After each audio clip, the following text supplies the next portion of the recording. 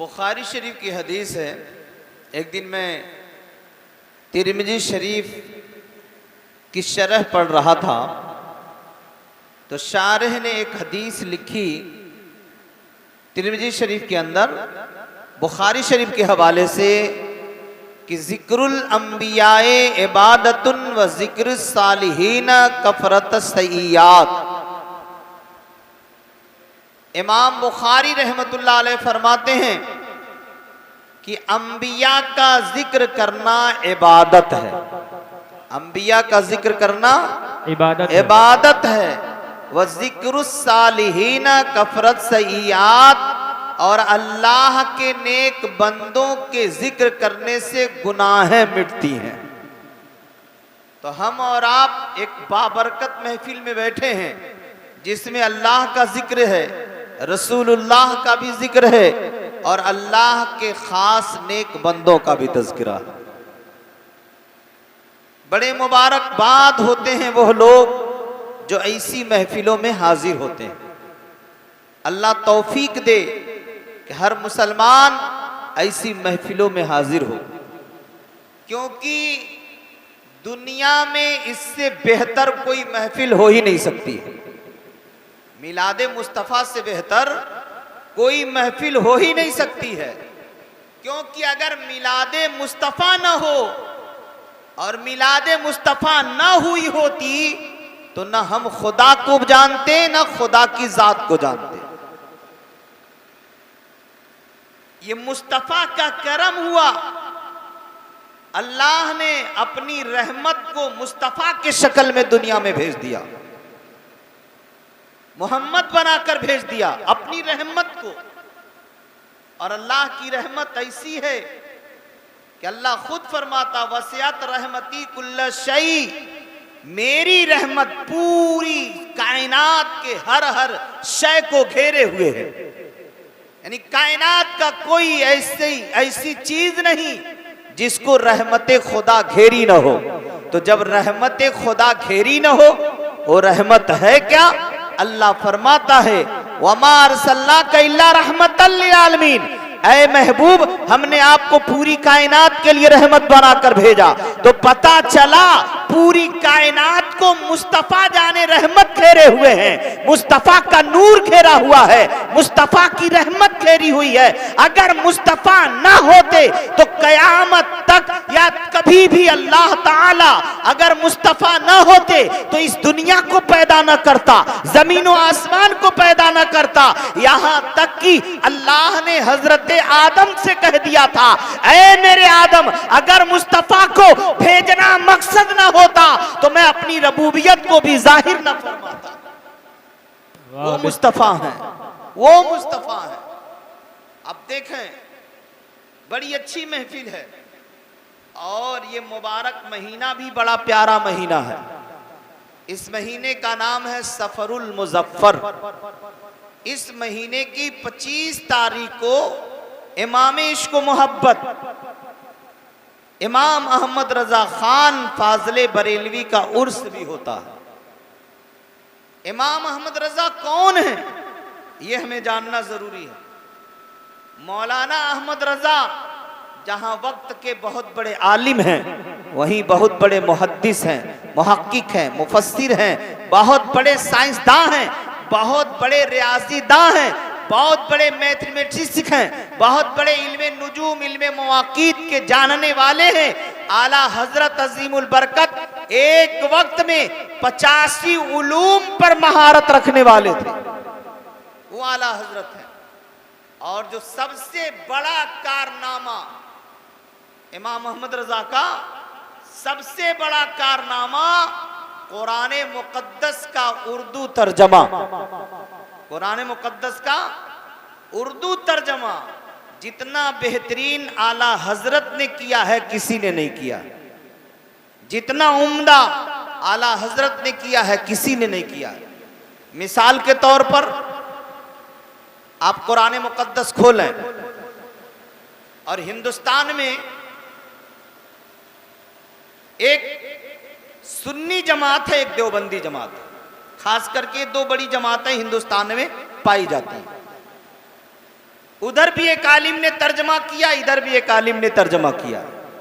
आप दोनों तर्जमे को सामने रख करके पढ़िए तो उस तर्जमे में अल्लाह की शान में गुस्ताखी, उस तर्जमे में रसूलुल्लाह की शान में गुस्ताखी, उस तर्जमे में औलिया अल्लाह की शान में गुस्ताखी, और जो अल्लाह और उसके रसूल की शान में गुस्ताखी कर दे वो मुसलमान रह ही नहीं सकता। एक छोटी सी बात मैं आपको दे रहा हूं, बिस्मिल्लाहिर्रहमानिर्रहीम, बड़े गौर से सुनिएगा, इंशाअल्लाह आज आपको कुछ दूंगा।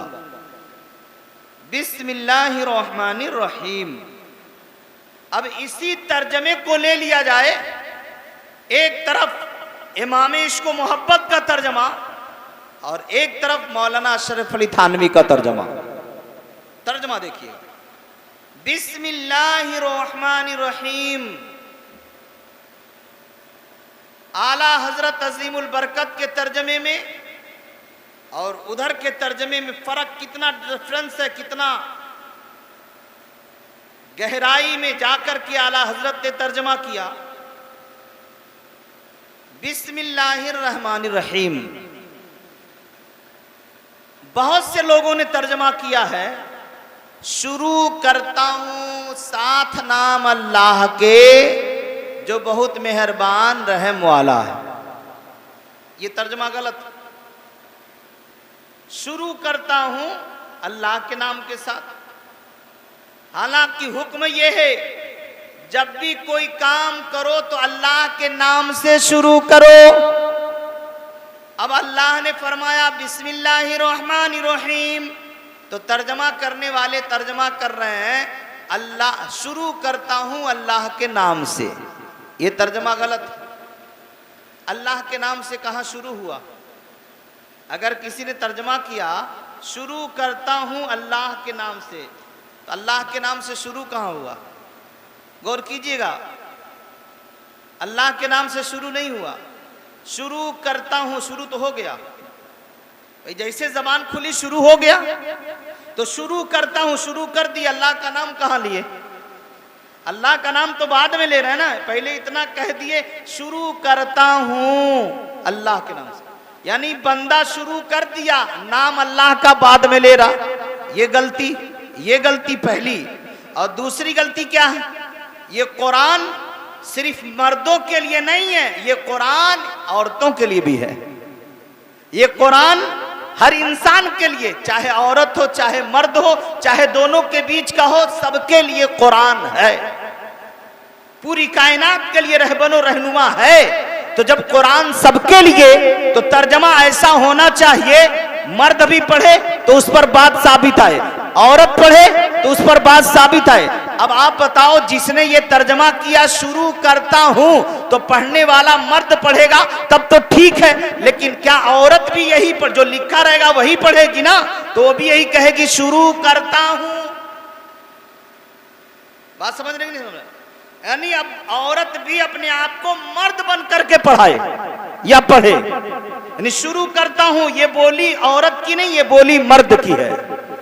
औरत होती कहेगी शुरू करती हूं, लेकिन जिसने ये तर्जमा किया है बड़ा गलत तर्जमा किया, शुरू करता हूं। अब बेचारी औरत पढ़ रही, वो भी कह रहे शुरू करता हूं। कितनी गलती है। लेकिन आला हजरत इमाम इश्क व मोहब्बत इमाम अहमद रजा खान ने जो तर्जमा किया, दो गलती सिर्फ बिस्मिल्लाह में, दो गलती सिर्फ बिस्मिल्लाह में। एक तो ये कि शुरू करता हूं, ये गलत है, अल्लाह के नाम से शुरू नहीं हुआ। और दूसरा करता हूं, ये भी गलत है। लेकिन आला हजरत तर्जमा कर रहे हैं अल्लाह के नाम से शुरू जो बहुत मेहरबान रहम वाला। सुभान अल्लाह। अल्लाह के नाम से शुरू करता हूं, करती हूं कुछ नहीं, अल्लाह के नाम से शुरू जो बहुत मेहरबान रहम वाला। अब इतना बेहतरीन तर्जमा कहां मिलेगा? इसीलिए कहते हैं ईमान बचाना है तो किसी और का तर्जमा ना पढ़ो। अगर ईमान को रोशनी देना है किसी और का तर्जमा ना पढ़ो। ईमान को बचाना है किसी और का तर्जमा ना पढ़ो। अगर चाहते हो आपका ईमान महफूज रहे, आने वाली नस्लें महफूज रहे, तो किसी और का तर्जमा ना पढ़ो, तर्जमा मोहब्बत इमाम मोहम्मद रजा का तर्जुमा, क्योंकि ये ऐसा तर्जमा है जिस तर्जमे को पढ़ेंगे तो ईमान भी महफूज होगा, आमाल भी महफूज होंगे। अच्छा एक बात आ गई तो सुन लें।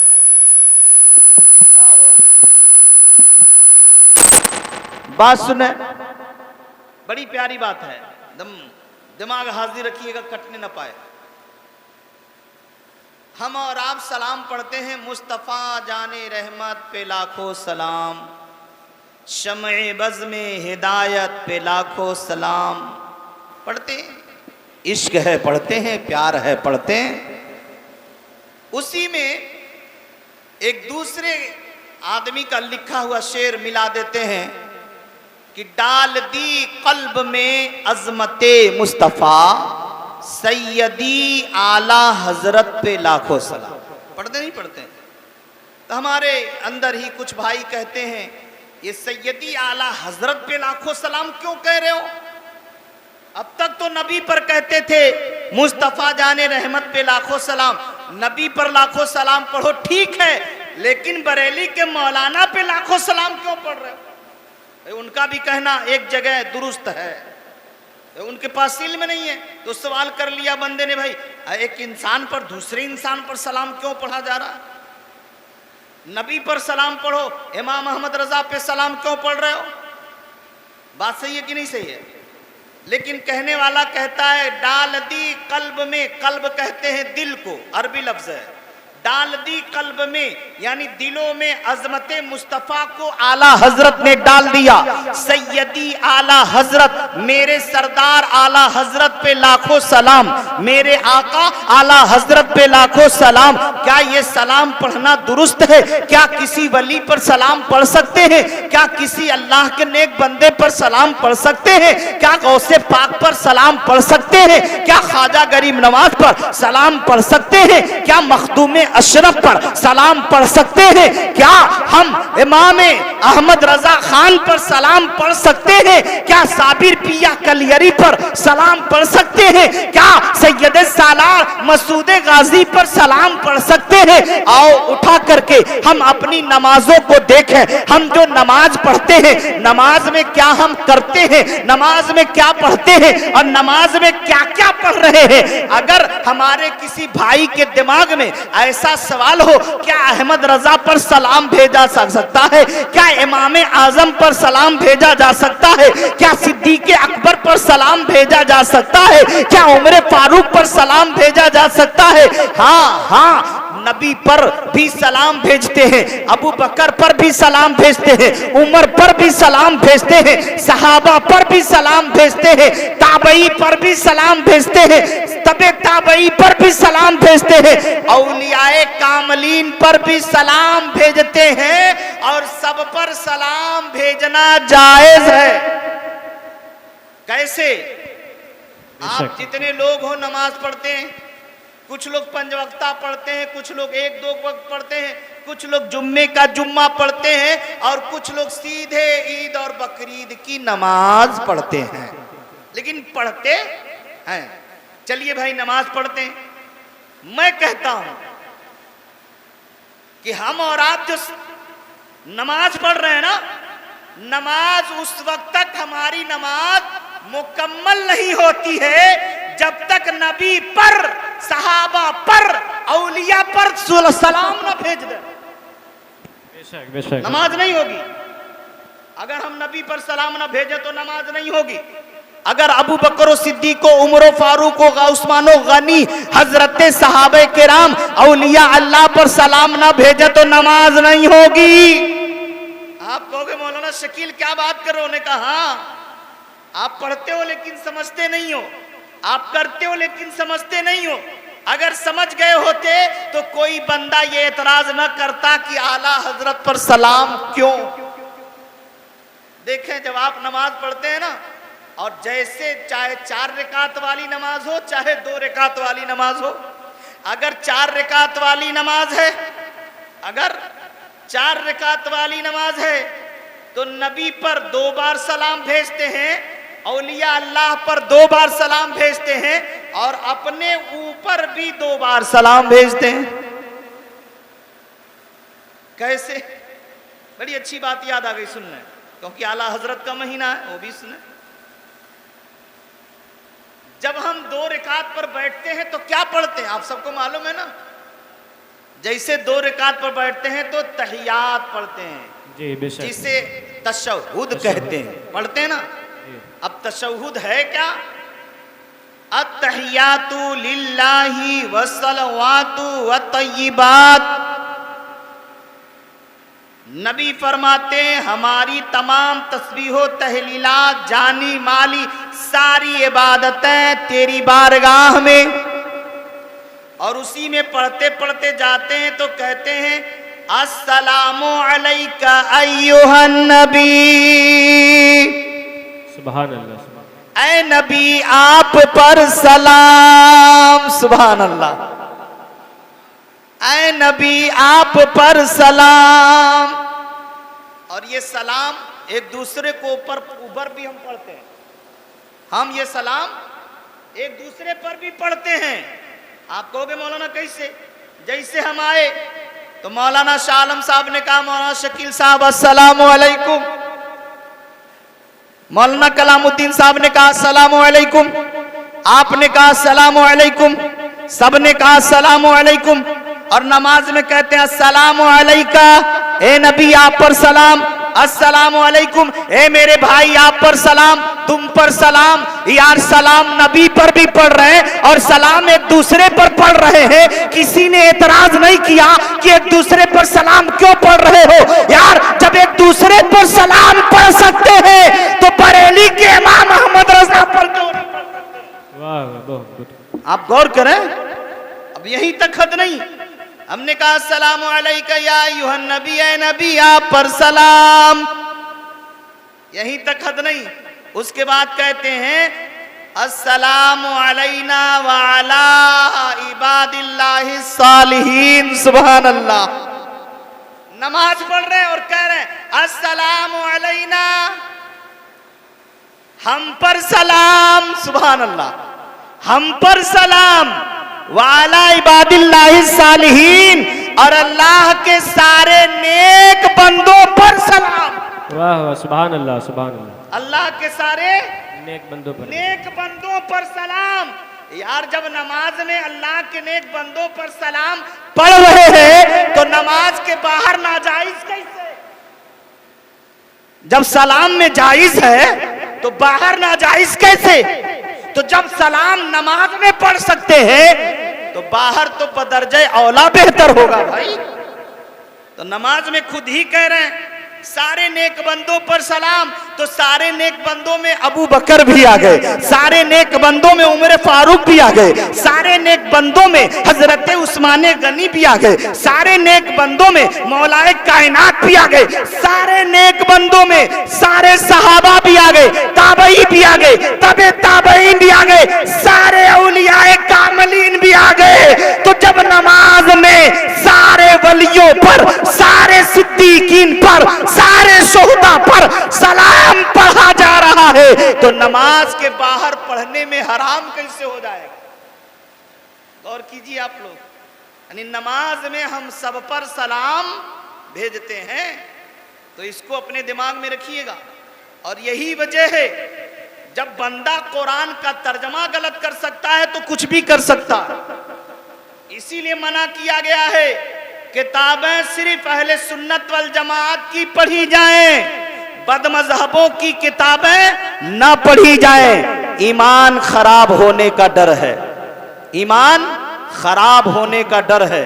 आप कहोगे मौलाना शकील ऐसे कैसे कह सकते हैं? सुने, बाबुल इल्म किताबुल इल्म है, मिशकात शरीफ है, मिशकात शरीफ के अंदर एक रिवायत मिलती है। वो रिवायत क्या है? नबी पाक सल्लल्लाहु तआला अलैहि वसल्लम इरशाद फरमाते हैं, आका फरमाते हैं किस तरह से कि सहाबा का मजमा है, नबी पाक तशरीफ फरमा है, हजरत उमर फारूक हैं। कौन उमर? जब रास्ते से चले तो शैतान वो रास्ता छोड़ करके भाग जाए, वो उमर की नबी फरमाते हैं अगर मेरे बाद कोई नबी होता तो उमर होते। वो उमर फारूक हैं, अपने हाथ में तौरात के वर्क को पकड़े हुए पढ़ते हुए आ रहे थे। और नबी पाक ने देखा तो नबी पाक गुस्से में आ गए, जलाल में आ गए। और जब नबी गुस्से में आते थे तो आपका चेहरा मिसले गुलाब खिल जाता था। हमारे जब जब गुस्से में आते थे तो गुलाब के तरह चेहरा सुर्ख हो जाता था। तब तक अबू बकर रज़ी अल्लाह ताला अन्हु की निगाह पड़ी इधर नबी के चेहरे पर, उधर उमर के हाथ पर। कहा उमर तुम्हारी नाक खाक आलूद हो, क्या तुम देख रही नहीं हो नबी के चेहरे को? देखा नबी पाक गुस्से में, तो उमर फारूक रज़ी अल्लाह ताला अन्हु तौरेत के वर्क को रख दिया और नबी की बारगाह में अदब से अर्ज करते हैं, या रसूल अल्लाह, आपकी नाराजगी मैं समझता हूँ, लेकिन मैं गुस्ताखी माफ़ी चाहता हूँ। या रसूल अल्लाह, ये भी तो किसी नबी पर नाजिल होने वाली किताब ही का तो टुकड़ा है। ये भी तो तौरेत हजरत मूसा अलैहिस्सलाम पर नाजिल हुई, तो तौरेत भी तो किसी नबी पर नाजिल होने वाली किताब है। नबी पाक ने क्या जवाब दिया था? ऐ उमर, भले ही वो किसी नबी पर नाजिल होने वाली किताब है, लेकिन डर है कि गैरों की किताब पढ़कर कहीं तुम्हारा ईमान बर्बाद ना हो जाए। तो जब उमर फारूक जैसे सहाबी को नबी दूसरों की किताबें पढ़ने से रोक रहे हैं, तो हम और आप क्या माना रखते हैं? हमारी और आपकी क्या हैसियत है?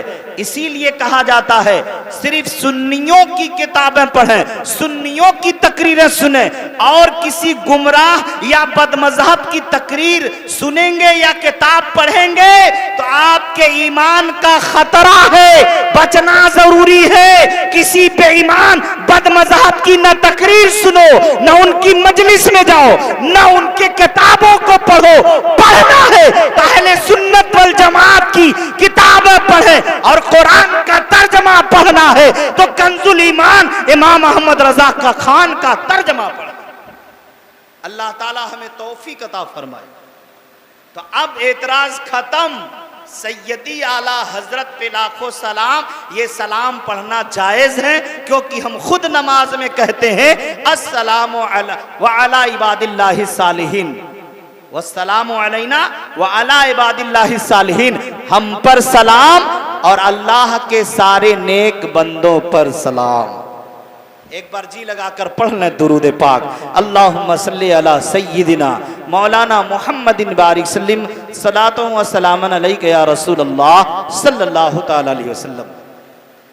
मुझे हजरत अल्लाह मौलाना शाह आलम साहब ने बताया कि इस घर में एक चांद जैसे टुकड़े वाली, चांद जैसी खूबसूरत लेकर, चेहरा लेकर एक बच्ची की पैदाइश हुई है। बेटी की शक्ल में अल्लाह ने एक नेमत अता की है। बड़े खुश नसीब हैं वो माँ बाप जिनके यहाँ बेटियां आती हैं, जिनके यहाँ बेटियां आती हैं। आज के दौर में तो बहुत से लोग जब अगर ताबड़तोड़ कई बेटियां हो जाती हैं तो गीले शिकवे शिकायत शुरू कर देते हैं। एक औरत को मैंने कहते सुना, कई बेटियां पैदा हो गई तो कह रही है, देखा ना अल्लाह के हम ही मिल अल्लाह नहीं कहा इतना लड़की देवे के। हालांकि इस तरह की बातें नहीं कहनी चाहिए। अल्लाह नेमत बेटी की शक्ल में या बेटे की शक्ल में दे तो रहा है, और ना कितने ऐसे लोग हैं जो आंसू बहा रहे हैं, ला वलद है, ना बेटा है ना बेटी है।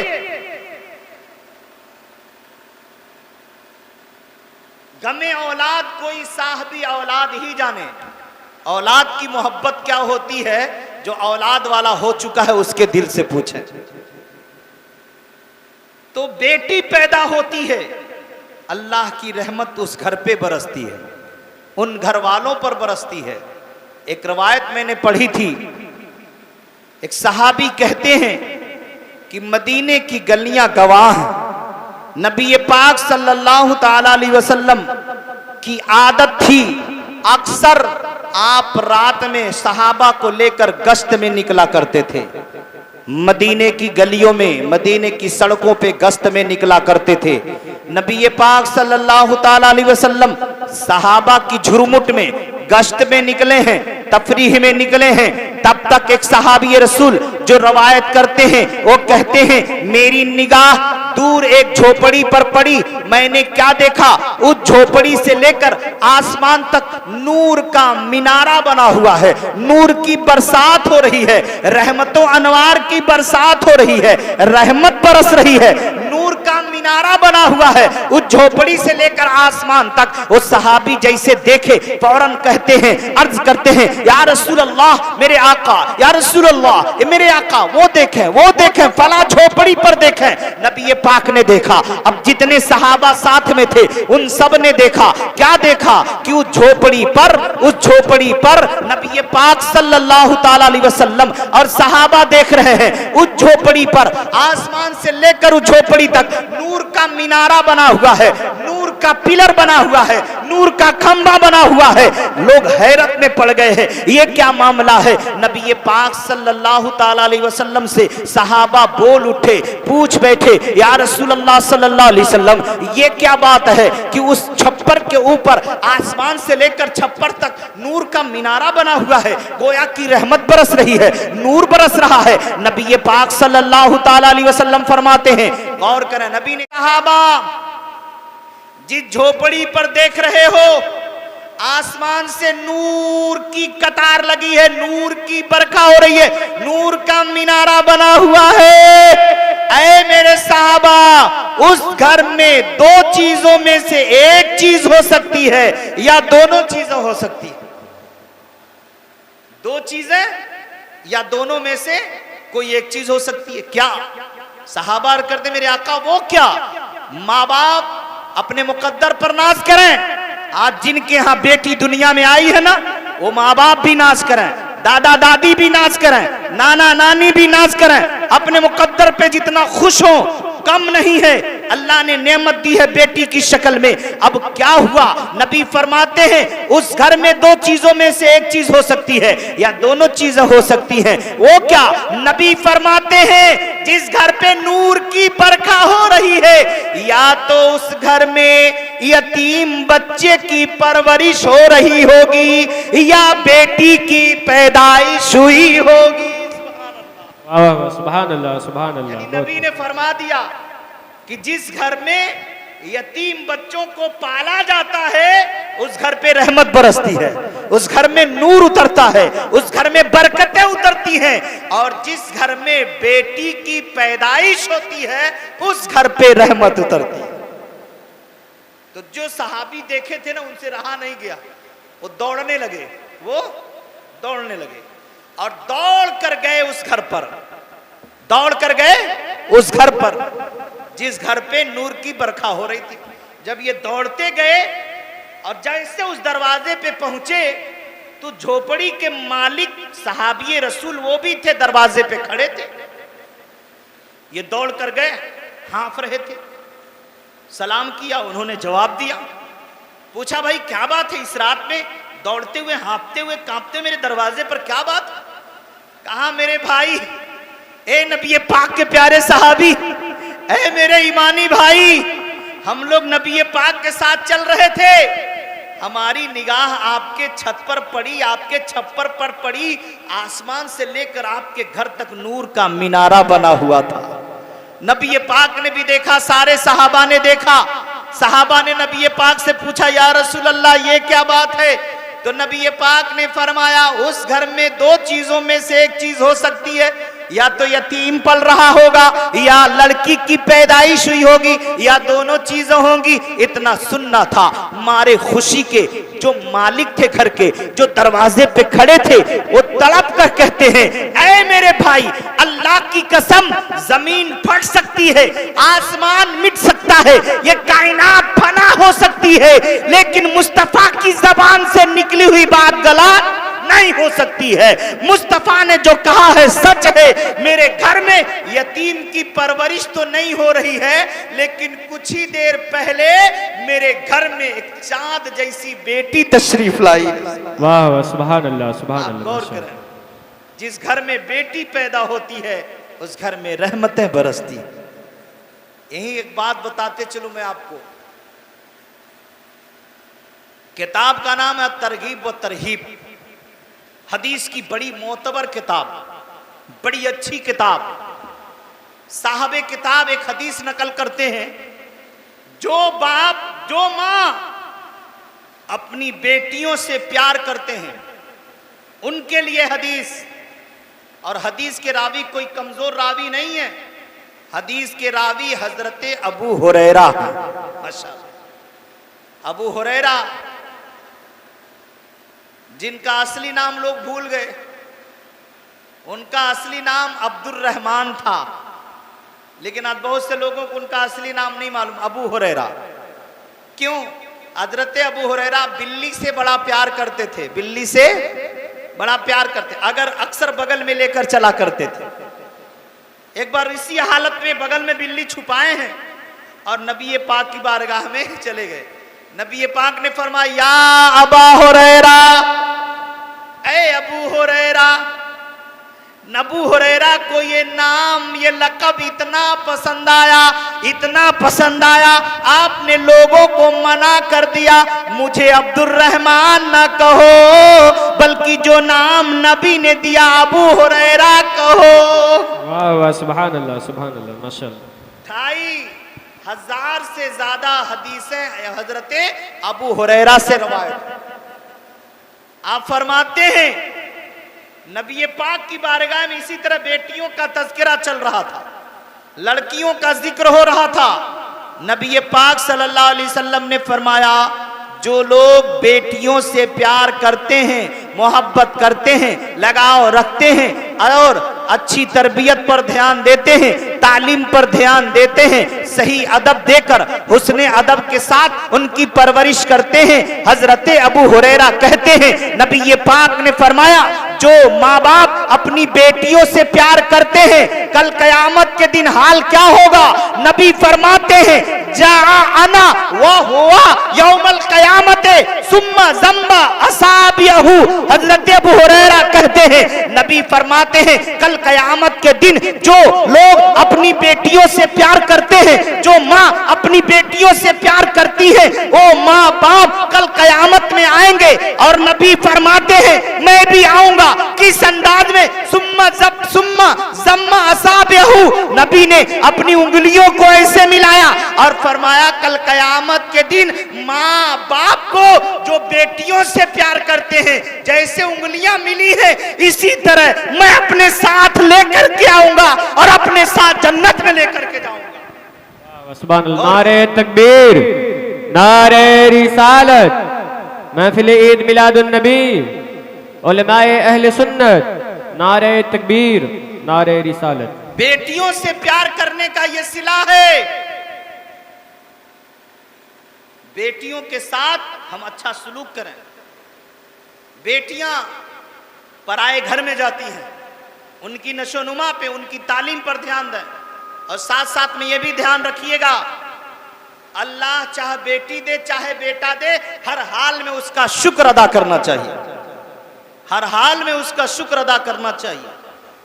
और रब तो इतना करीम है, इतना करीम है, इतना करीम है, हम नमाजें न पढ़ें तब भी हमें रोजी देता है, हम उसका कहना न माने तब भी रोजी देता है, हम कुरान की तिलावत न कर पाए तब भी वो रोजी देता है। कितना करीम है मेरा रब, कितना रहीम है मेरा रब। अल्लाह ताला अपने बंदों से कितना प्यार करता है। मुस्तफा जाने रहमत सल्लल्लाहु अलैहि वसल्लम फरमाते हैं, 70 माओं से कहीं ज्यादा अल्लाह अपने बंदों से प्यार करता है। आप गौर करें, 70 माओं से ज्यादा अल्लाह अपने बंदों से प्यार करता है। एक माँ की ममता क्या होती है, एक माँ की ममता क्या होती है, थोड़ी सी झलक। अगर बेटा हो और बेटे पे बाप नाराज हो जाए और गुस्से में आके कह दे, निकल जा मेरे घर से, एक बाप निकल जा मेरे घर से। दूसरे भाई थे, उन्होंने देखा अब्बा बहुत नाराज है, निकल जा घर से। भाइयों ने भी कहा निकल जा। बहनें देखा अब्बा बड़े नाराज है, निकल जा घर से, अब्बा बहुत नाराज है। बाप ने भी कहा निकल जा घर से, बहनों ने कहा निकल जा घर से, भाइयों ने कहा निकल जा घर से। और वो बेटा जैसे घर से कदम निकालता है, तब तक पीछे से एक मीठी आवाज आती है, ओ मेरे लाल कहां जा रहा है, ओ मेरे नूरे नजर कहां जा रहा है। पलट कर देखा ये आवाज देने वाला कौन, तो और कोई नहीं है, मां की प्यारी आवाज। मां बोलती है, मेरे लाल बाप की बात का बुरा न मानो, तेरी गलतियों को देखकर बाप ने तुझे डांटा है, भाई ने तुझे डांटा है, बहनों ने तुझे डांटा है। ए मेरे लाल कहां जा रहा है।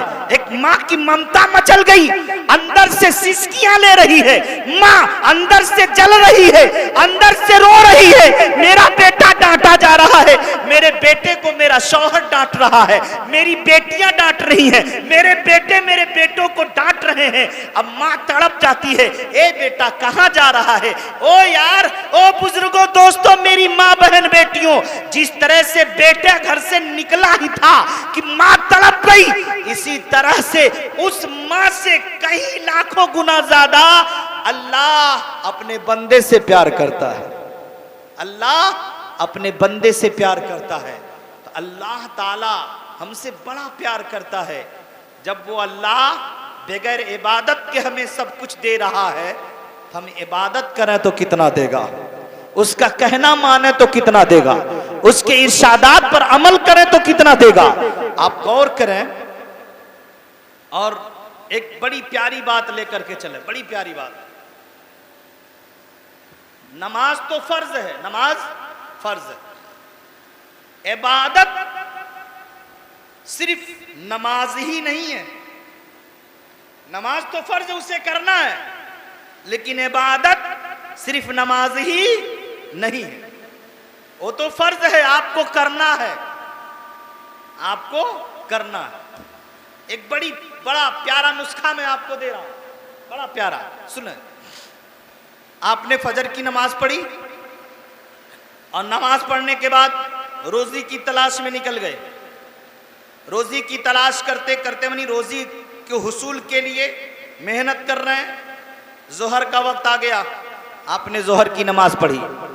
जोहर के बाद भी हलाल तरीके से रोजी कमा रहे हैं। असर का वक्त आ गया, असर की नमाज पढ़ लिए।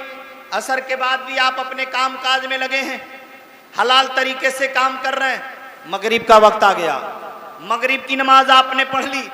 मगरिब के बाद अपने बीवी बच्चों में बैठे हैं, चाय पानी नाश्ता कर रहे हैं। ईशा का वक्त आ गया, आपने ईशा की नमाज पढ़ ली। ईशा की नमाज पढ़ने के बाद आप खाना खा रहे हैं, अपने बीवी बच्चों के साथ बैठकर मुस्कुरा रहे हैं, माँ बाप के साथ बैठकर मुस्कुरा रहे हैं, अपने बीवी के बिस्तर पर बैठ के मुस्कुरा रहे हैं और मुस्कुराते मुस्कुराते बातचीत करते सो गए। फजर के वक्त उठे और फजर की नमाज जाकर के पढ़ रहे हैं। तो उलमा बयान करते हैं, ये जो 24 घंटा आपका गुजरा है मुकम्मल इबादत में लिखा जाएगा, मुकम्मल इबादत में लिखा जाएगा। अब आप गौर करें, अगर 5 वक्ता नमाज पाबंदी से पढ़ रहे हैं और कोई गुनाह कर लेते हैं, तो उन नमाजों की बरकत से अल्लाह ताला गुनाहों को मिटा देता है। लेकिन अफसोस से यह कहना पड़ता है, हमारे हाथ में मोबाइल होता है, हमारे बच्चों के हाथ में मोबाइल, बेटियों के हाथ में, घर की औरतों के हाथ में मोबाइल। तो मोबाइल में गाना तो सुन लेंगी, फिल्म देख लेंगी, सीरियल देख लेंगी, लेकिन इतनी तौफीक नहीं होगी कि कुछ देर बैठकर कुरान की तिलावत कर ली जाए, अल्लाह की इबादत कर ली जाए, नमाज की पाबंदी कर ली जाए, रब को याद कर लिया जाए। हर सेकंड का हमें हिसाब देना है, हर लम्हे का हिसाब देना है, अल्लाह की बारगाह में हाजिरी देनी है, अल्लाह की बारगाह में हाजिर होना है। यहाँ तक कि अल्लाह ताला इरशाद फरमाता है, यौम तुबलस सराइर फमा लहु मिन कुव्वतिन वला नासिर। एक दिन ऐसा आएगा, हर छुपी हुई बातों की जांच होगी, हर छुपी बातों की जांच होगी। आज दुनिया में अगर आदमी किसी का मर्डर कर दे रहा है ना, खोखा खोखा पेटी पेटी भर के लेके चला गया थाने में, दे दिया, तो जो उसके ऊपर मुकद्दमात लगने वाले वो कम हो गए। कत्ल का केस, चोरी का केस बन जाएगा, कत्ल का केस हाफ मर्डर का केस बन जाएगा। दौलत के नशे में, पैसे में इतनी ताकत है हा? लेकिन अल्लाह फरमाता है आज पैसे से चाहोगे तो अपना मुकदमा कम करा लोगे, तुम्हारे ऊपर जो धाराएं लगी हैं वो कम हो जाएंगी। लेकिन ऐ बंदो, जब कयामत के दिन हाजिर होगे ना और सोच लो कि दौलत हमें बचा लेगी ना, सोच लो बेटा बचा लेना, सोच लो ताकत बचा लेना, सोच लो हिसाब से तुम्हें कोई सोर्स बचा ले नहीं, न कयामत के दिन न दौलत हिसाब से बचा पाएगी, न औलाद हिसाब से बचा पाएगी, न सिफारसी हिसाब से बचा पाएंगे, न तुम्हारी ताकत तुम्हें हिसाब से बचा पाएगी, न तुम्हारे मददगार हिसाब से बचा पाएंगे। अल्लाह फरमाता है यौम तुबलस सराइर फमा लहू मिन कुव्वतिन वला नासिर। हर छुपी जांचों की, हर छुपी बातों की जांच होगी और कोई मददगार, कोई ताकत तुम्हें हिसाब से नहीं बचा पाएगी। बेशक हक है। हिसाब देना पड़ेगा, हर हर लम्हे का हमें हिसाब देना है। अल्लाह पूछेगा मेरे बंदे, मैंने तो तुझे खुशहाल जिंदगी अता की थी, बता तूने इबादत कितनी की थी? तेरी बीवी नमाज पढ़ती थी कि नहीं? तेरे बेटे बेटियां नमाज पढ़ते थे कि नहीं? तू नमाज पढ़ता था कि नहीं? ये सब हमें कयामत में जवाब देना पड़ेगा। अल्लाह की बारगाह में हाजिरी होगी, छुटकारा नहीं है, छुटकारा नहीं किसी भी हाल में। एक हाल है कि बंदे पर नमाज माफ हो जाती है, एक हाल है, वो क्या है?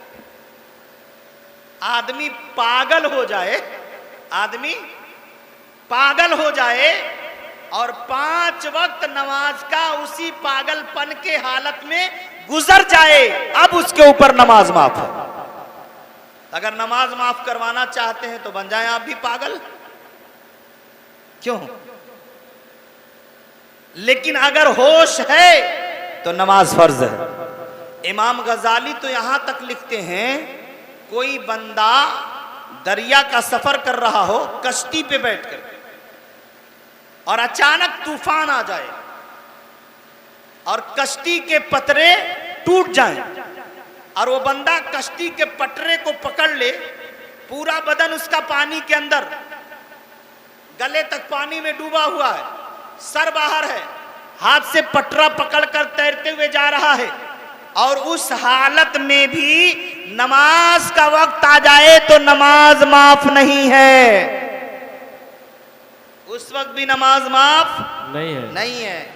उस वक्त भी हुक्म है बंदा इशारे से नमाज पढ़े, लेकिन नमाज माफ नहीं है। आप गौर करें, खड़ा होने पे ताकत नहीं तो बैठकर नमाज पढ़े, बैठकर नमाज नहीं पढ़ता तो लेट करके नमाज पढ़े, लेट करके नमाज पढ़े, इशारे से पढ़े। हाँ, अगर इशारा भी नहीं कर पाता है अब वो माजूर है, इशारे से भी नहीं पढ़ पा रहा है तो अब वो माजूर है।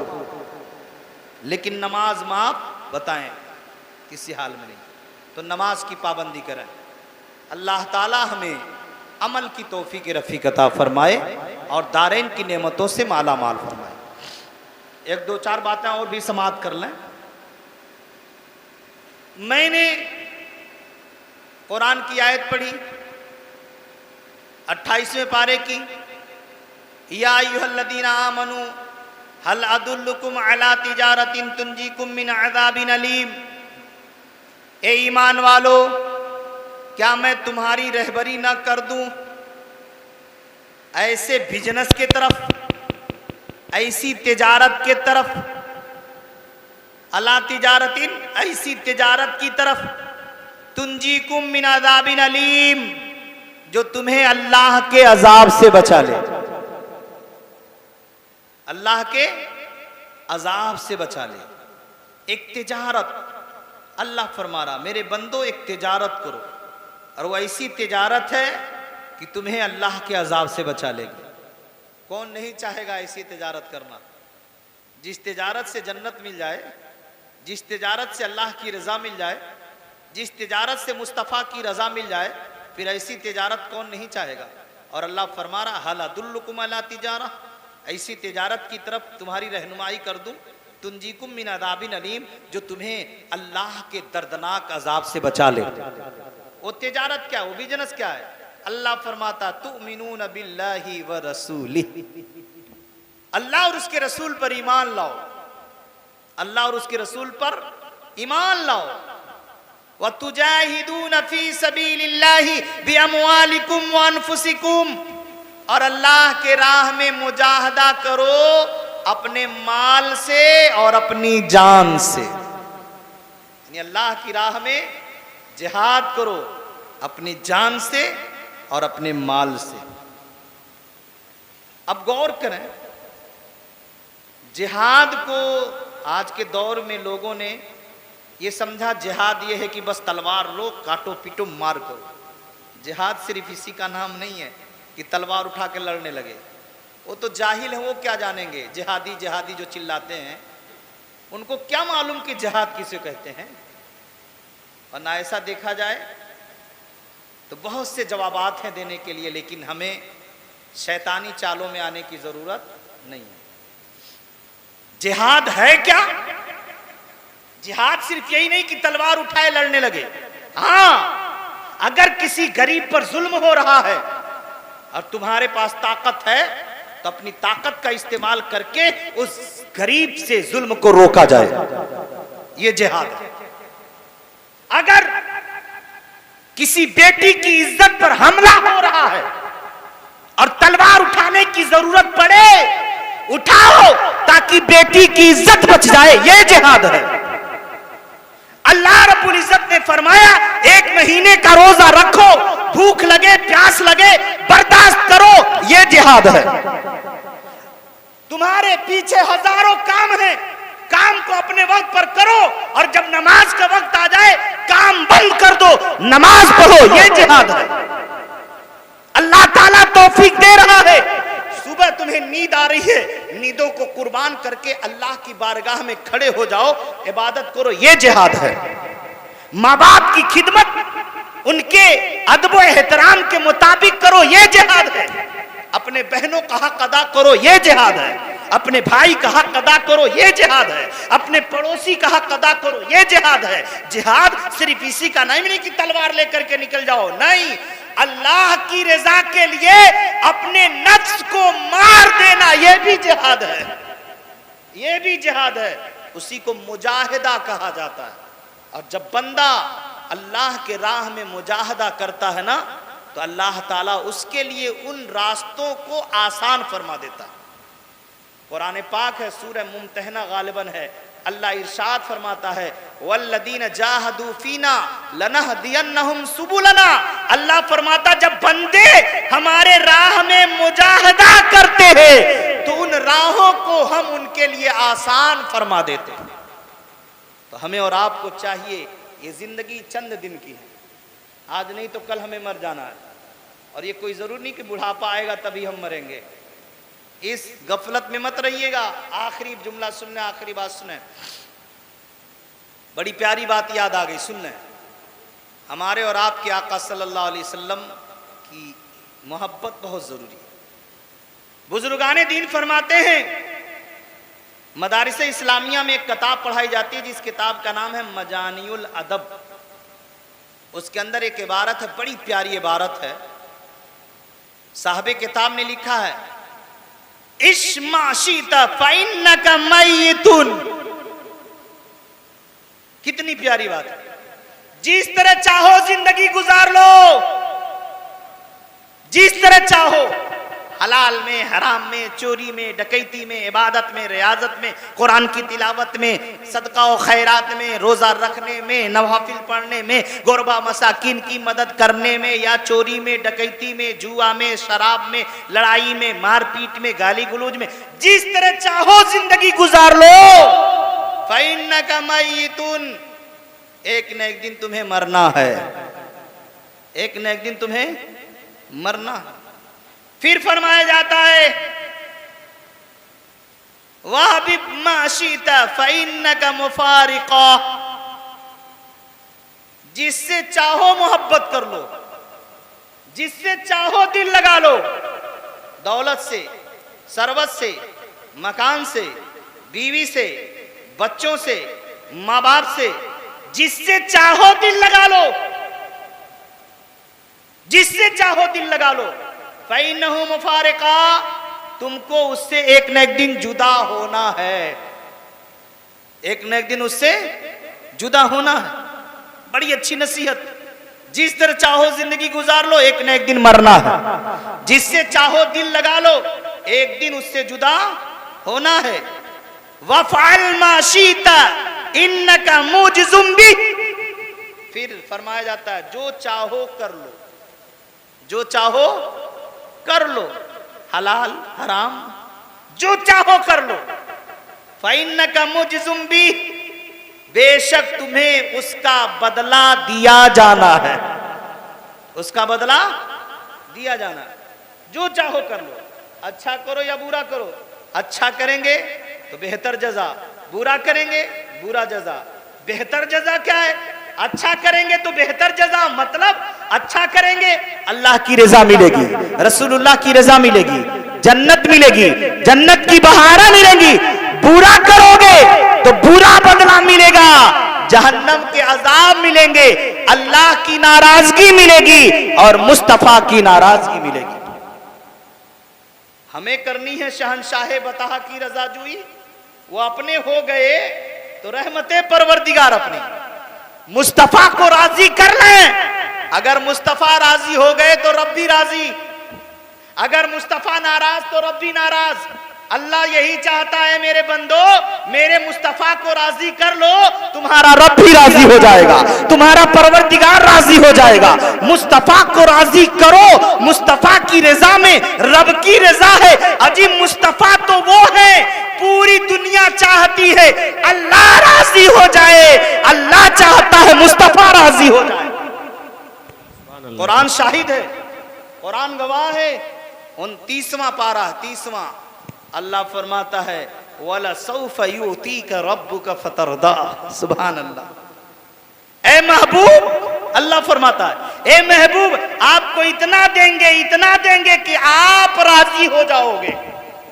आप गौर करें, कायनात का जर्रा जर्रा चाहती है अल्लाह राजी हो जाए, बरगो समर चाहते हैं अल्लाह राजी हो जाए, शमशो कमर चाहते हैं अल्लाह राजी हो जाए, खुशको तर चाहते हैं अल्लाह राजी हो जाए, बहरो समा चाहते हैं अल्लाह राजी हो जाए, जमीनो आसमान चाहते हैं अल्लाह राजी हो जाए, हम और आप चाहते हैं अल्लाह राजी हो जाए, चरिंदो परिंद चाहते हैं अल्लाह राजी हो जाए, तो कायनात की हर शय चाहती है अल्लाह राजी हो जाए, और अल्लाह चाहता है मेरा हबीब राजी हो जाए। वाह वाह, सुभान अल्लाह, सुभान अल्लाह। बेशक अल्लाह चाहता है मेरा महबूब राजी हो जाए। यहीं तक नहीं, अगर हम कहें आदम चाहते हैं रब राजी हो जाए, शीश चाहते हैं रब राजी हो जाए, नूह चाहते हैं रब राजी हो जाए, इब्राहिम चाहते हैं रब राजी हो जाए, इस्माइल चाहते हैं रब राजी हो जाए, हजरत जकरिया चाहते हैं रब राजी हो जाए, यहया चाहते हैं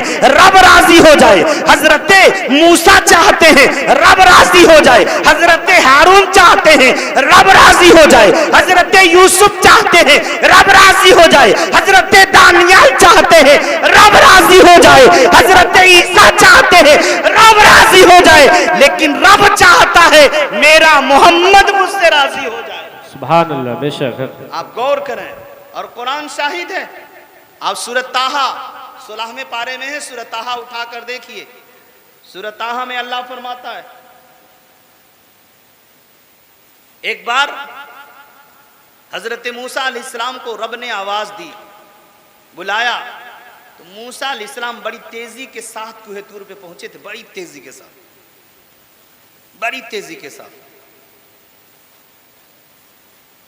तो अल्लाह ने फरमाया मूसा मेरे प्यारे कलीम बड़ी तेजी की आपने, बड़ी जल्दी की। तो मूसा अलैहिस्सलाम ने क्या जवाब दिया, जो कुरान में मौजूद है, उठाइए 16वां पारा सूरत ताहा, उसमें पढ़िएगा।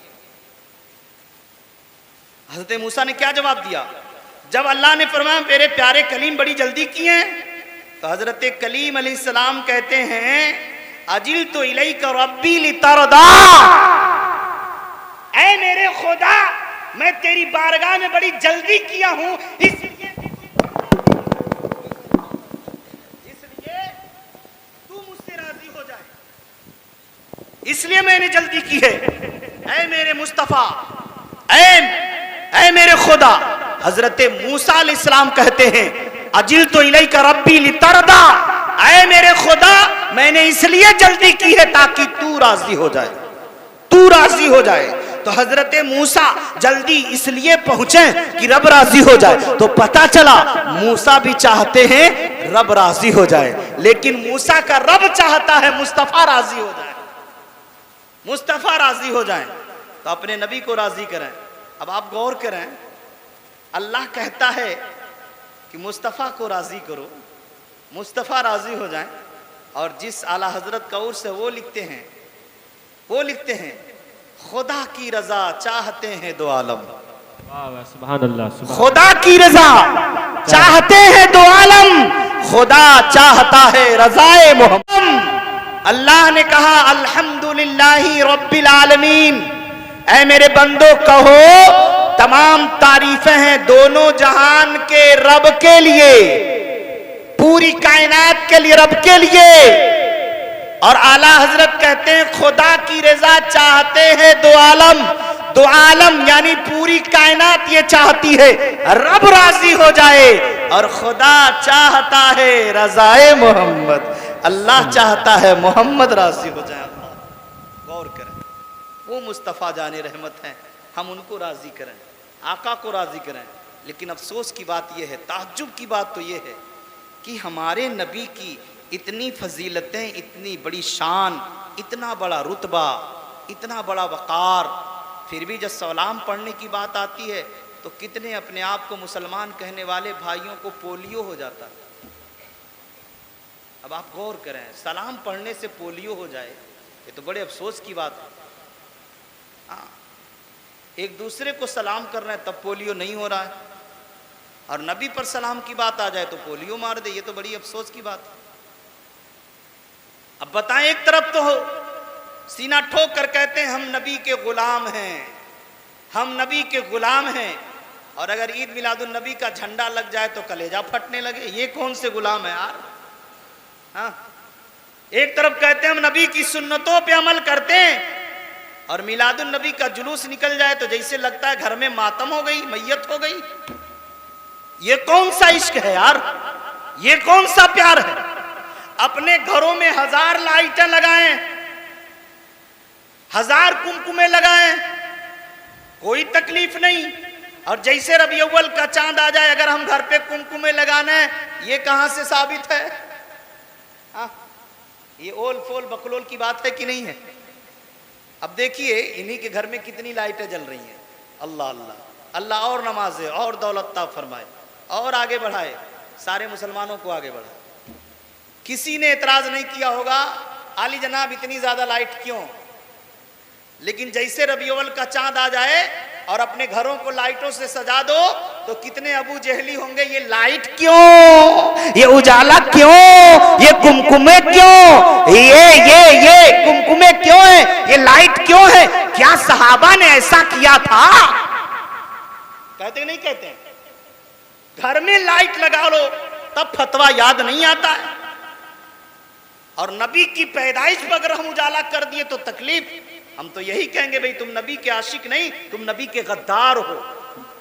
अगर नबी की पैदाइश की खुशी में हम घर पे रोशनी कर रहे हैं, झंडे लगा रहे हैं, और अगर किसी को तकलीफ हो जाए हम मुझे नबी वाला नहीं, रहमान वाला ही नहीं, मुझे शैतान वाला समझेंगे। ये बात फैक्ट है, सही बात है, एकदम यही सही बात है। तो नबी पाक को राजी करें, अल्लाह चाहता है मुस्तफ़ा राजी हो जाए। लेकिन हमारे मुसलमानों में भी लोग ऐसे ऐसे हैं, अल्लाह अकबर, क्या बताया जाए। ऐसे दिन आ गए, ऐसी नौबत आ गई ना, धड़ल्ले से लोग गुस्ताखों के यहाँ शादियां कर रहे हैं अपने बेटों और बेटियों की, धड़ल्ले से शादियां हो रही हैं। अल्लाह की बारगाह में जवाब देना होगा। जब हम सुन्नी हैं तो अपने बेटों और बेटियों की शादियां सिर्फ सुन्नियों ही में करें, और न क़यामत में जवाब देते देते हालत खराब हो जाएगी। आज तो देखते हैं मोटा मोटा 5 लाख मिल रहा है और कौन जाए अकीदा देखने। नहीं यार, दौलत पर ईमान न बेचा जाए, दौलत पर ईमान न बेचा जाए। अगर दौलत पर ईमान बेचने की बात होती तो नबी पाक सल्लल्लाहु अलैहि वसल्लम से कहा गया था, ए मोहम्मद आप चाहो तो पूरा मक्का आपको अपना सरदार बना लेगा। जिस तरह बिल्डिंग कहोगे बिल्डिंग बना देंगे, जो चाहोगे हम कर देंगे, बस इस्लाम की तबलीग से रुक जाओ। तो हमारे नबी ने क्या कहा था अपने चचा से, ऐ मेरे चचा, अगर ये लोग मेरे एक हाथ पे सूरज लाकर रख दें, एक हाथ पे चांद रख दें, तब भी मैं तबलीगे दीन से रुकने वाला नहीं हूं। हजरते बिलाल हबशी गुलाम थे ना, कितना मार मारा जा रहा था और यही कहा जा रहा था, बिलाल इस्लाम छोड़ दो। ए बिलाल, आज तुम गुलाम हो, हम आका बना लेंगे, छोड़ दो इस्लाम। कहा जान तो जा सकती है लेकिन नबी का दिया हुआ ईमान नहीं जा सकता। और आज हजरत बिलाल से प्यार करने वाले 5 लाख रुपया क्या देख लिया, अब समझते नहीं कि अकीदा क्या चीज है। बेटी किधर जा रही, बेटा किधर जा रहा। बचना बहुत जरूरी है, हम लोगों का काम है समझा देना। अगर लोग नहीं समझे, नहीं अमल किए, तो कयामत में तो हर एक आग को अपने आमाल का जवाब देना है। अल्लाह ताला हमें सही रास्ते पे अमल करने की तौफीक रफ़ीक अता फरमाए। एक बेटी की पैदाइश हुई, खुशी की बात हुई, अल्लाह ताला उस बच्ची को और उस बच्ची के माँ बाप, दादा दादी, नाना नानी को हर बला मुसीबत से महफूज व मामून फरमाए और दीन और दुनिया की बरकत से माला माल फरमाए। रात काफ़ी हो चुकी है, खड़े होकर सलातो सलाम पढ़ने। वमा अलैना अल बलाग। अस्सलाम।